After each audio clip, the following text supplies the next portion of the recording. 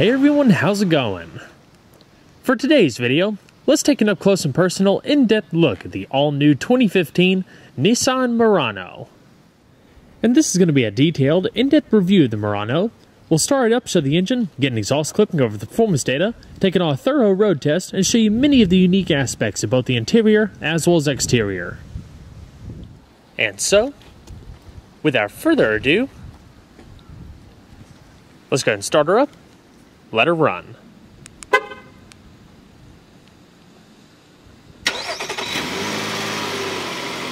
As you can see, this SL comes standard with remote start.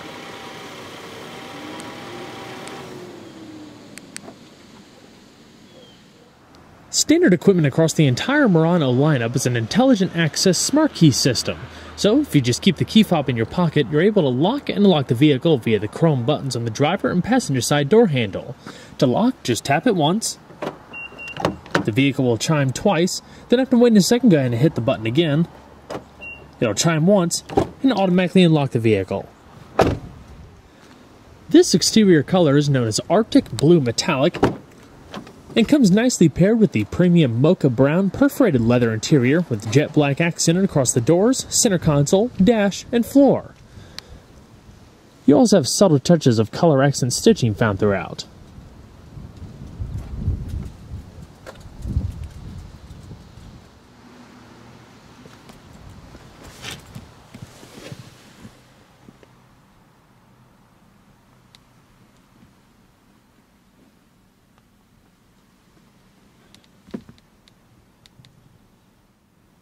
In order to start, just make sure you have the key fob within the interior of the vehicle, put your foot on the brake, and hit the console mounted button to go.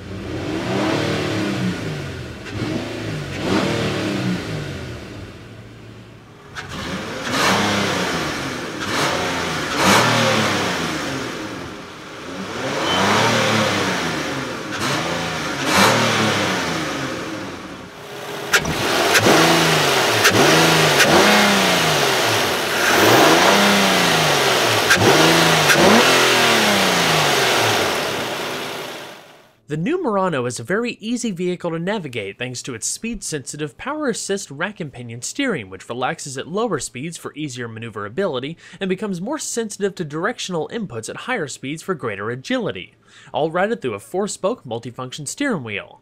It's also comfortable to hold, wrapped in leather, and features grip bolsters at 10 and 2. The spokes and controls are highlighted by satin silver trim with subtle chrome rings on the outer edges of the upper spokes.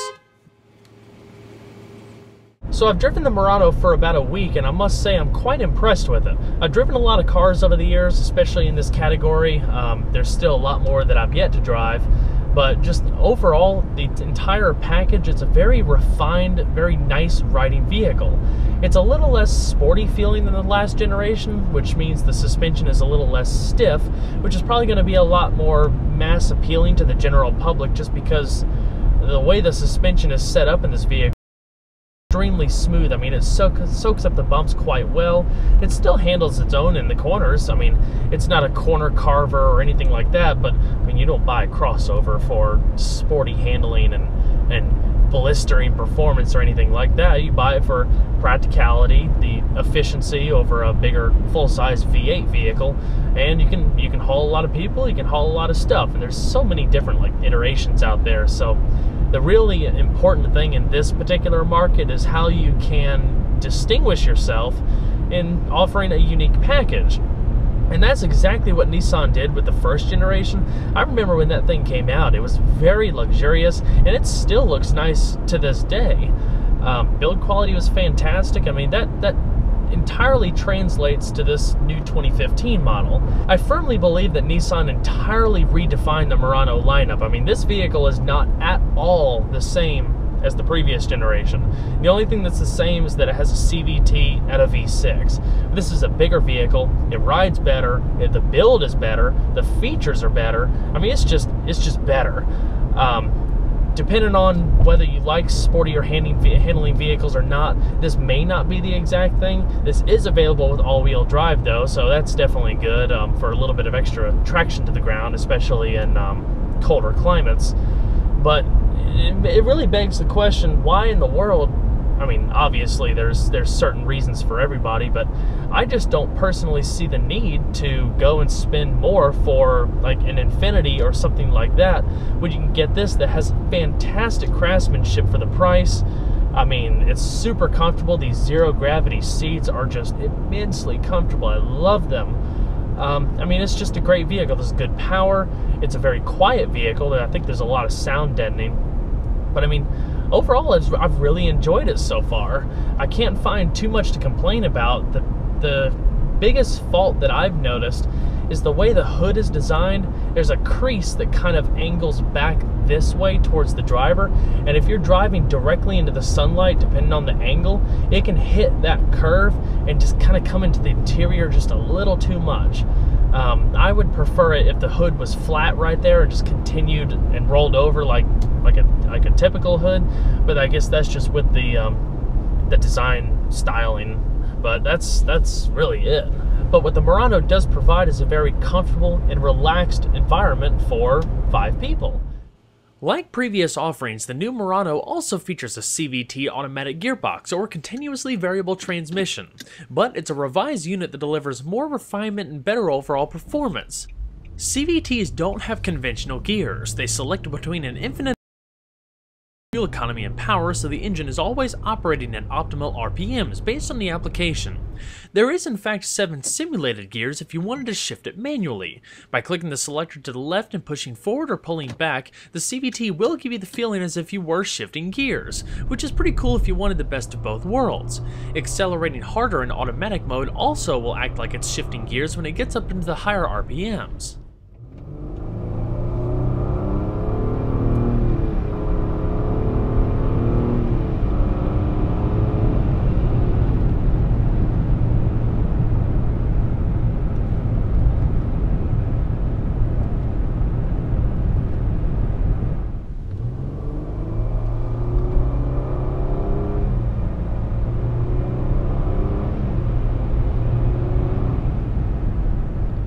That being said, and many people are going to be shocked to hear me say this, but I believe one of the hallmarks of the new Murano is the CVT transmission. I know, this is blasphemy. I mean, I personally have never been a fan of CVTs before. I didn't like the way they drove, I didn't like the way they sounded, and I just felt like it kind of zapped performance away from the vehicle. But what I've noticed with the Murano is that it's very peppy. Sometimes, like if you're really getting on the pedal, accelerating on getting on the highway or anything, it'll actually act like it's shifting gears. But I mean, just listen to it. It's a whole lot quieter than your typical CVT. I mean, the revs hold, but when you're burying the pedal and going, it's acting like it shifts gears. Now, I don't know if that's a typical CVT characteristic, but it's very interesting.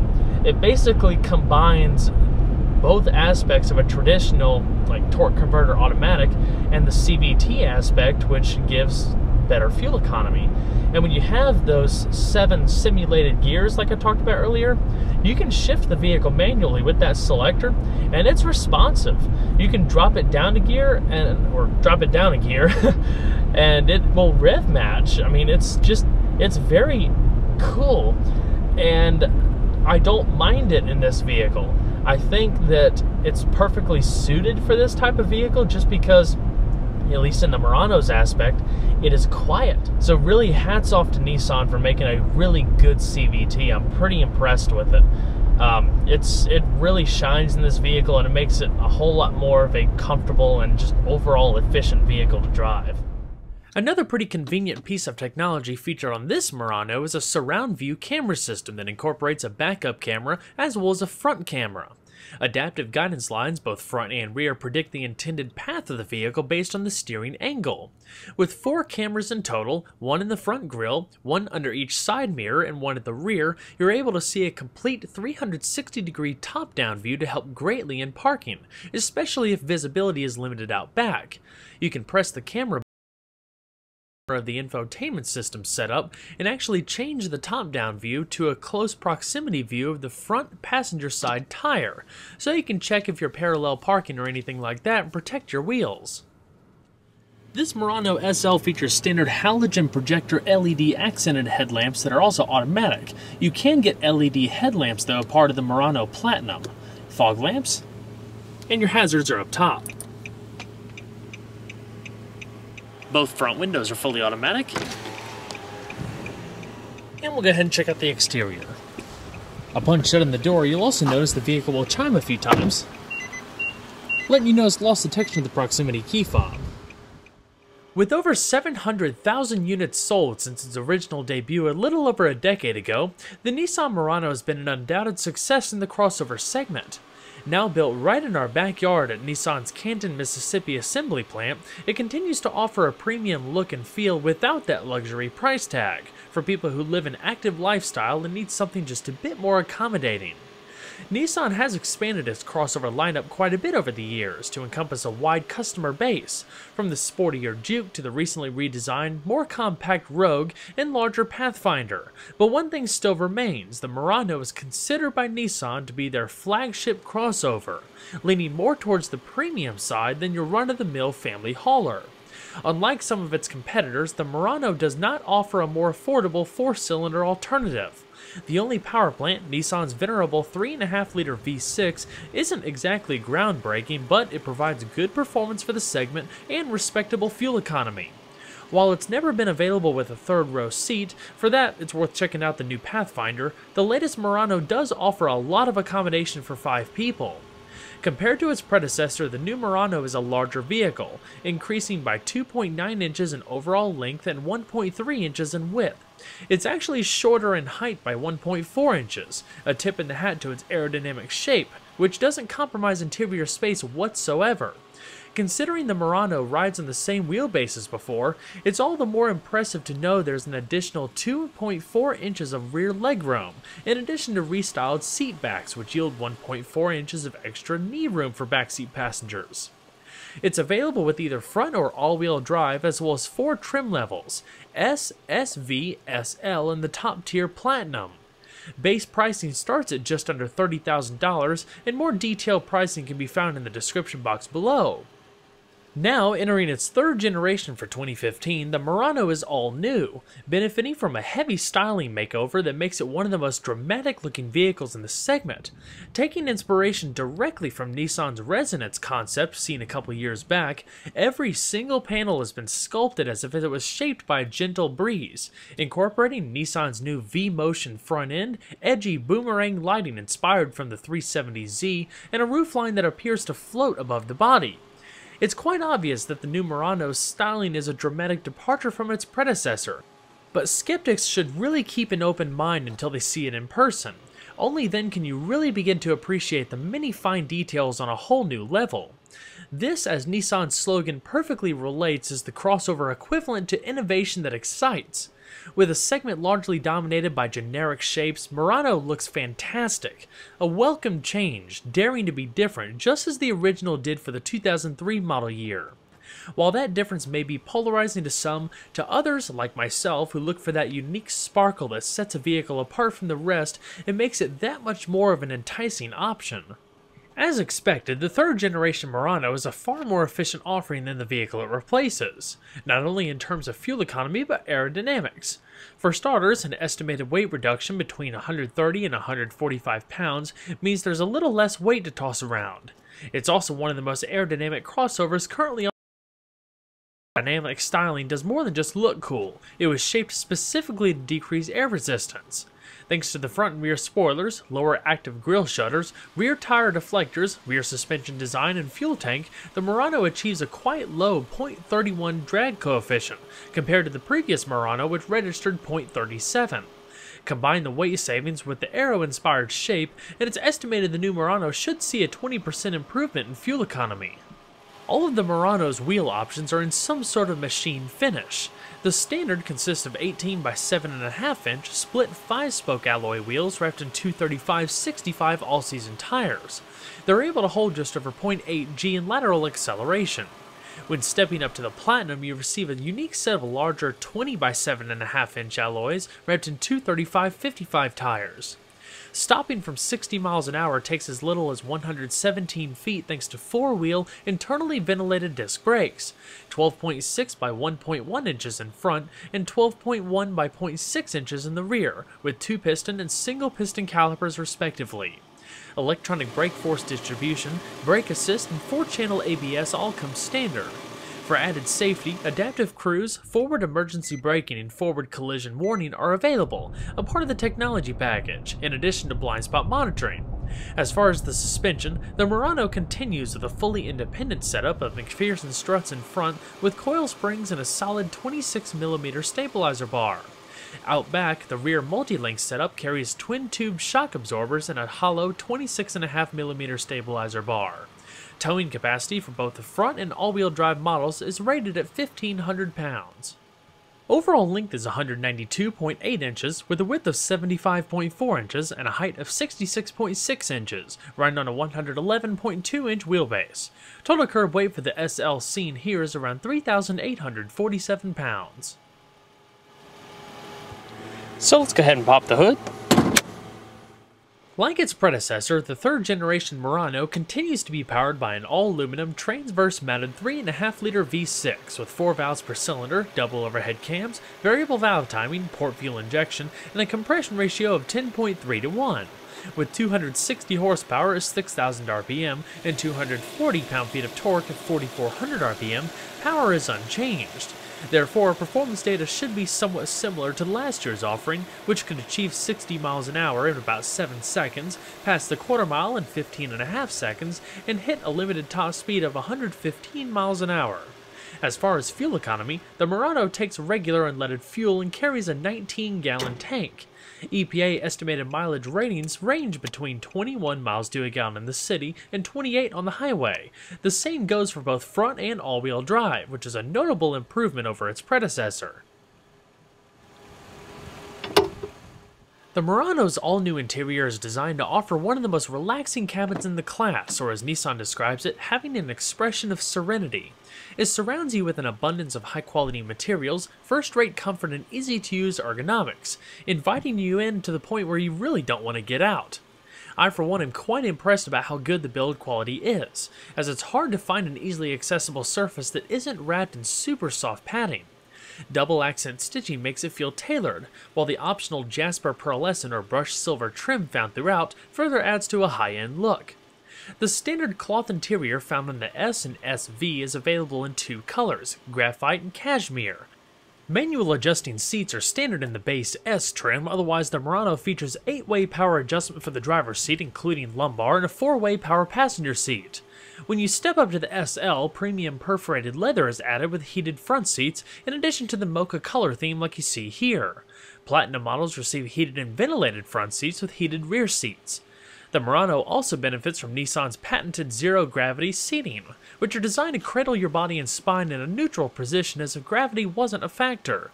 Speaking from experience, they're extremely comfortable, both soft and supportive, and are meant to reduce alone is worth considering the Murano for, especially if you travel a lot.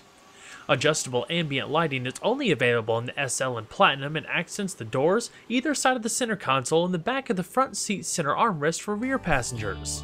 Nissan's also quick to point out that the center stack area has been significantly cleaned up, reducing the number of buttons and knobs for the infotainment system by 60%.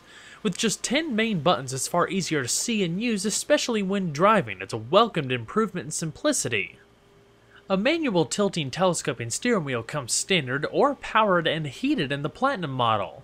you have a standard driver's knee airbag, traction control and trunk release located to the left-hand side, and a uniquely sculpted dash with color-accented speedometer binnacle, all nicely finished off with an optional panoramic sunroof, a part of the technology package. So let's go ahead and see how she sounds.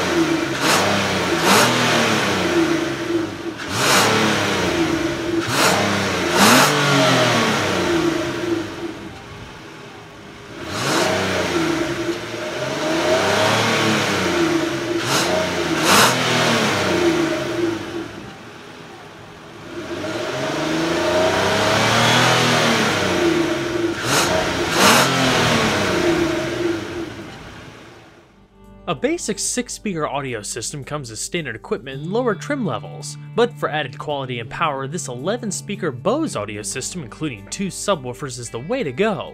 The center of it all is an available 8-inch LCD touchscreen in the middle of the dash, incorporating the Nissan Connect infotainment system with navigation and Bluetooth technology.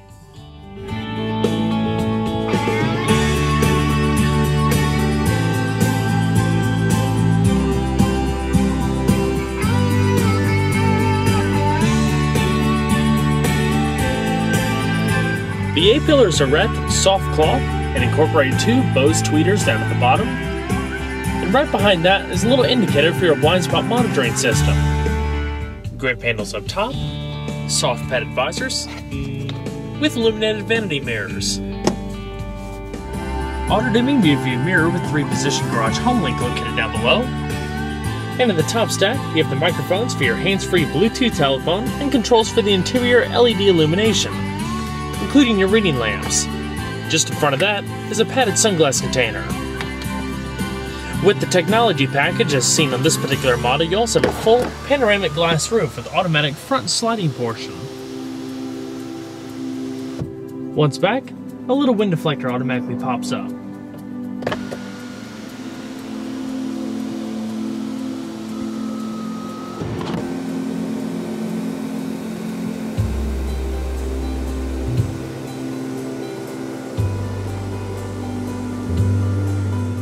So let's talk about how the Nissan Connect system works.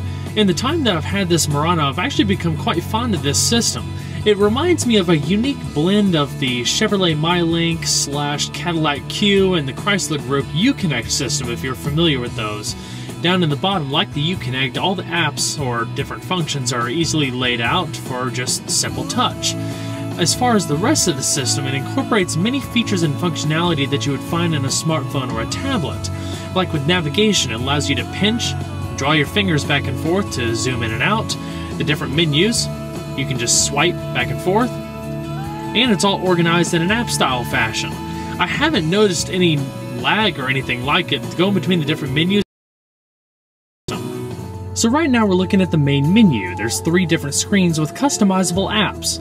You can either swipe through them or hit the little directional arrows to either side. Right now it's set to the factory default, so this is what you would see when you first purchase the vehicle. To the left, you have some navigation shortcuts, the Nissan Connect apps, which I'll talk about later, call history for your telephone, and media in the middle.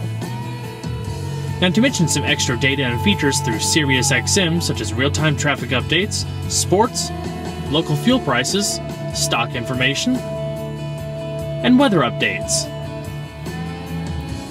Being that it is entirely customizable, all you have to do is just hit Edit Menu,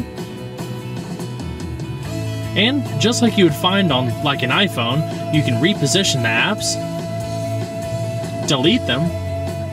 If there's any blank spaces or after you delete an app, you can also add a new one, or replace one if there's one that you're just not going to use.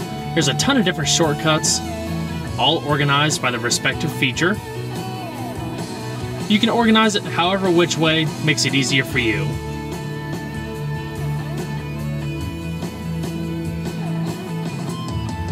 The upper right hand corner is a button for the camera. It'll bring up your front camera system if you're sitting still, in addition to the surround view. Press it one more time and there's a little proximity camera up there that'll highlight the passenger front wheel, so if you're parking up against a curb you can see that a little bit easier. Rewind, fast forward, changing the track, seek, back button, tune, scroll, and pushing in to bring up your sound adjustments. You can also do it from the settings menu right here, in addition to all the customizable options that you can do for the system. Just hit sound, and then make your selection. In the bottom left, we have audio. I currently have my iPhone plugged up. Up at the top, you have album artwork, all of the song, artist information, and other controls like play, pause, rewind, fast forward, repeat, or shuffle the selection. Typical iPod functions. If you click on iPod menu, now playing just brings you back to the main screen, but you can choose whether you want the album artwork to play in all the different categories just like you would find on your iPhone, so everything stays nice and organized. You can change the source up top, AM, FM, Sirius XM satellite radio, CD player, located right up top here next to the SD map input for your navigation, hands-free Bluetooth streaming, auxiliary, just basic MP3 integration, and USB iPod input. The iPod and auxiliary integration is located in this little storage cubby right here. It's also lined in velour, and when you don't have something in there you can just close it or just use it for small storage. With Sirius XM, just like the radio, you have all of your different preset stations down below there. You could tag songs, customize favorite artists, songs, so if it actually comes on the air, regardless of the station, the system will prompt you, and you can go ahead and listen to it if you want to. You can direct tune, go between different categories and genres, channel lists, and more. The radio screen is pretty much the identical thing. You have preset stations down below, but you also have the option of HD radio. Your hands-free Bluetooth telephone, it'll automatically ask you to pair one if you don't have a phone connected, otherwise it'll bring up your phone book, call history, and things of that nature. You can manually dial a number, put in shortcut numbers up top, and bring up your phone book. Aaron Hutchings. So if you're going down the road, you can go between the different options and it'll read the name back to you. Connect to phones, select the Bluetooth device, change the volume settings. It also has the ability to send text messages through the system. System information, things like I talked about earlier, provided through a subscription-based Sirius XM service, fuel prices, weather, traffic, more. You have a little vehicle screen right there that will bring up an Eco Drive report, so you can kind of see how economical you're driving. And the Nissan Connect apps. You can download the Nissan Connect app from your respective phone's app store, and it'll incorporate many different things from social media to convenience features. We'll just use the guest as a demo, but to use all of the features you actually have to create an account. It's a subscription-based system. You have iHeartRadio, Pandora for internet streaming of audio, and you can even have Twitter and Facebook a part of the full package. When everything's all synced up, you also have Google search through the infotainment system. Continuing on, bring up your map, like I said, with real-time traffic updates, map menu, you can pinch back and forth to zoom in, destination assist, points of interest, address book, home, look up by phone number, and more detailed settings. I'll talk about a little bit more when we get to the steering wheel multifunction controls, but it's just some extra customizable options for all the various respective main features.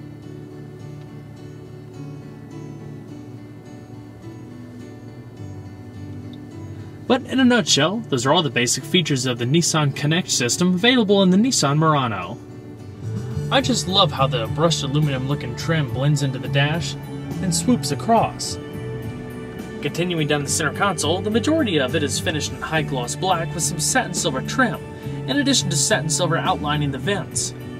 Down below, we have a dual zone electronic automatic climate control with independent temperature adjustments for either side, one-touch automatic, fan speed in the middle, different zones, and recycling front and rear defrost. Down below that, the SL features standard 2-stage heated seats for both the driver and passenger. When you step on up to the Platinum model, you have climate-controlled seats, so you have both heating and ventilation for the front, in addition to heated rear seats.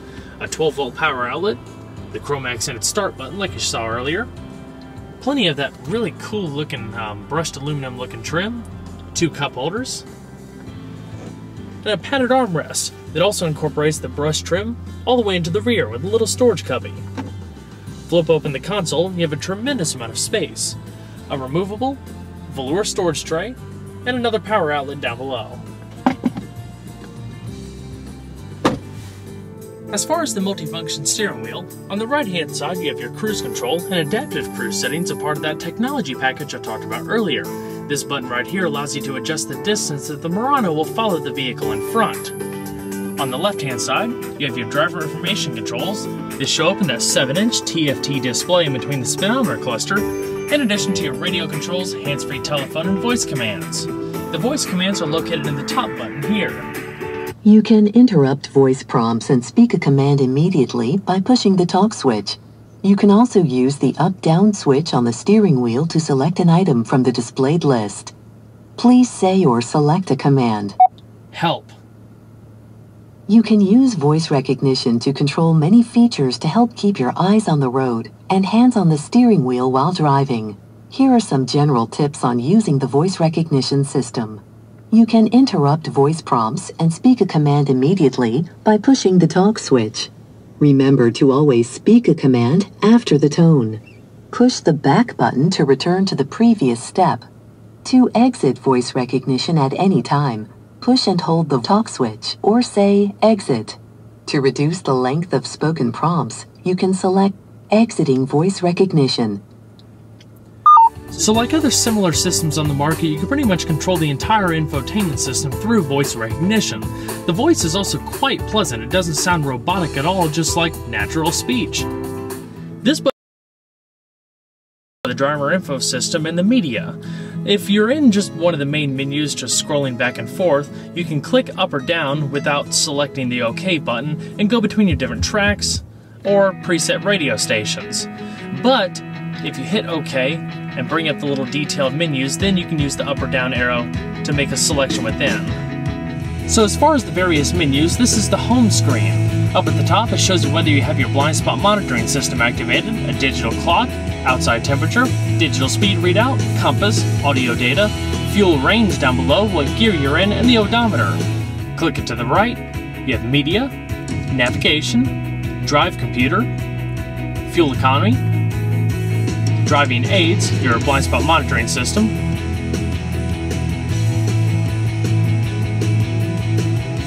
tire pressure monitoring system, as well as different warnings if there's an alert or something the system needs to bring to your attention.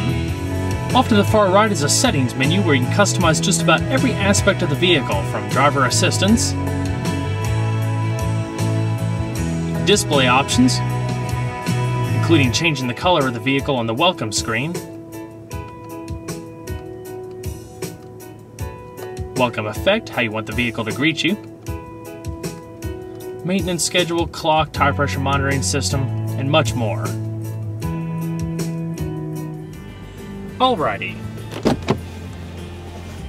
There's also an auto recall feature for the driver's seat, so when you start the vehicle up, it slides up to the last memory setting, and when you shut it off, it goes back just a little bit to aid ingress and egress.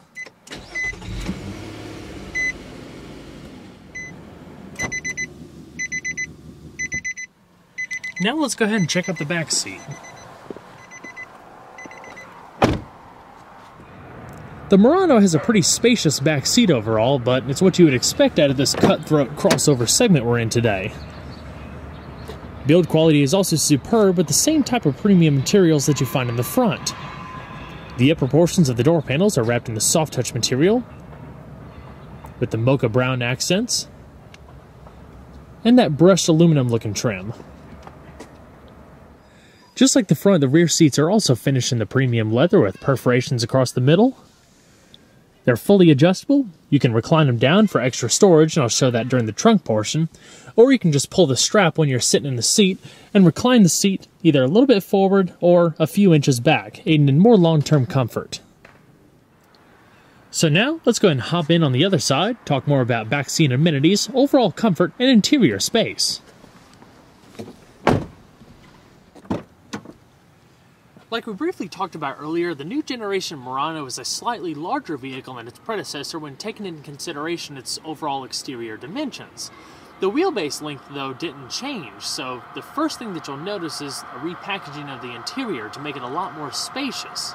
What that basically means is, while the footprint of the Murano didn't really change, there's an additional 2.5 inches of leg space back here, which is immediately noticeable upon climbing in. Especially with the panoramic glass roof and the restyled center console, a few other subtle tweaks here and there, it's a lot more airy feeling than before. Climbing on in is no more difficult than climbing into like a large family sedan or something like that, maybe like an inch or so taller. The door panels evoke that same solid thud like you find in the front, and everything, for the most part, is also wrapped in that soft padded material, so it still feels refined and comfortable back here. A center console in the middle can be folded down, incorporating 2 cup holders and a little bit of storage and a tremendous amount of padding. This is probably the most padding I've ever seen in an armrest, or at least any time lately. It definitely makes it a whole lot more comfortable, takes the fatigue off your elbow. Just like the front, the back seat is very comfortable for passengers. There's no extra lateral support across the sides really, but it definitely has a lot of lower back support, and it sits quite well. There's a nice amount of give in the lower cushion and upper backrest. As far as overall interior room, I'm 5'10", with a comfortable seating position for myself up front. I probably have 4.5, 5 inches or so, and roughly 3.5 inches or so of headspace. Another thing that I briefly talked about a second ago is the fact that you can recline these seats in addition to folding them. I'll show you the folding portion just a little bit with the trunk section. But all you have to do is just grab that little strap down below and pull it out. You can move it to the most forward position that it can be locked, and there's a few steps in between, and then all the way back. It's quite substantial, so if you want to whip out this armrest, use the soft contour of the door, you can just kick back and relax. And there's not a lot of hardware into the seat either, so you can stick your shoes up under there a pretty good way. Up top you have LED reading lamps, a grip handle, and a coat hook located on the driver's side handle. You do have side curtain airbags all the way around, so everybody's nice and protected. Adjustable headrests. You can sit a third person right here, and there's basically no drivetrain hump, so you don't have to worry about encumbering your legs or anything like that. And they also have an adjustable headrest. Rear quarter windows for better visibility, lower air registers, and a USB port, so you can charge your smartphone or tablet or even play media through the audio system. The storage pocket that you saw up here is a little bit easier to get to back here. It's really meant for backseat passengers, I guess. It provides a nice slender storage pocket, so if you are plugging up your smartphone, you have a place to put it and you don't have to string cords across the vehicle. There's also storage pockets on the back of the seats. But that's pretty much it, so let's go ahead and check out the rest of the vehicle.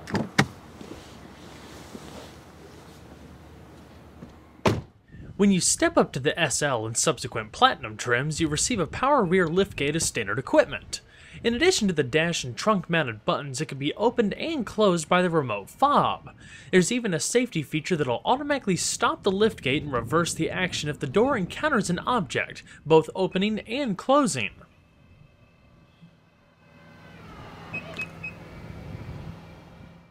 Once open, it boasts a generous 39.6 cubic feet of cargo space behind the rear seat. That's an increase of 8 cubic feet of usable space over the previous generation, largely thanks to 3.3 inches of additional floor length and 2 inches in width. Fold the seats flat by the easy-to-use handles to either side and cargo area climbs to 69.9 cubic feet. There's illumination, a rear power outlet, and cargo tie-downs.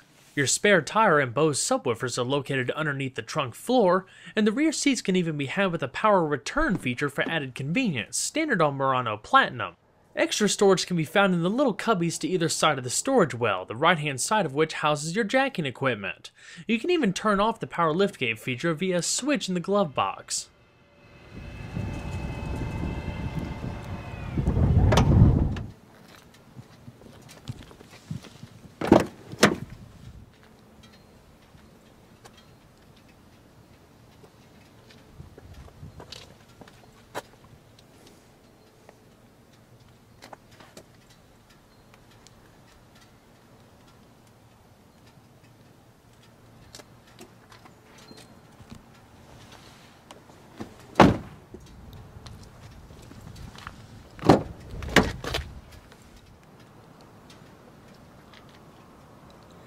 The passenger seat does have power sliding and recline, but it lacks the height adjustment and the power lumbar like you find in the driver's seat.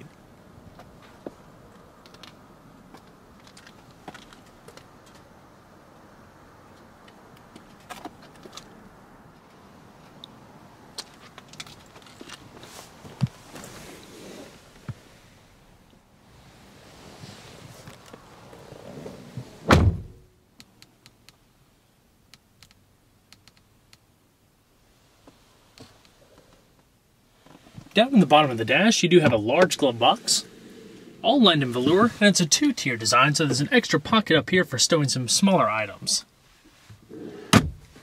You also have additional storage on the side of the center console. Nissan has done a fantastic job at the redesign of the all-new Murano. With better build quality, more refined driving characteristics, and plenty of passenger comfort, I highly suggest it be put at the top of your list of crossovers to consider. After all, if you're wanting to make a statement without spending luxury prices, the Nissan packs great value for what you get. Well everyone, I hope you enjoyed the in-depth look at the all-new 2015 Nissan Murano. Be sure to stay tuned next time, there's a lot more where that came from. Take care everybody.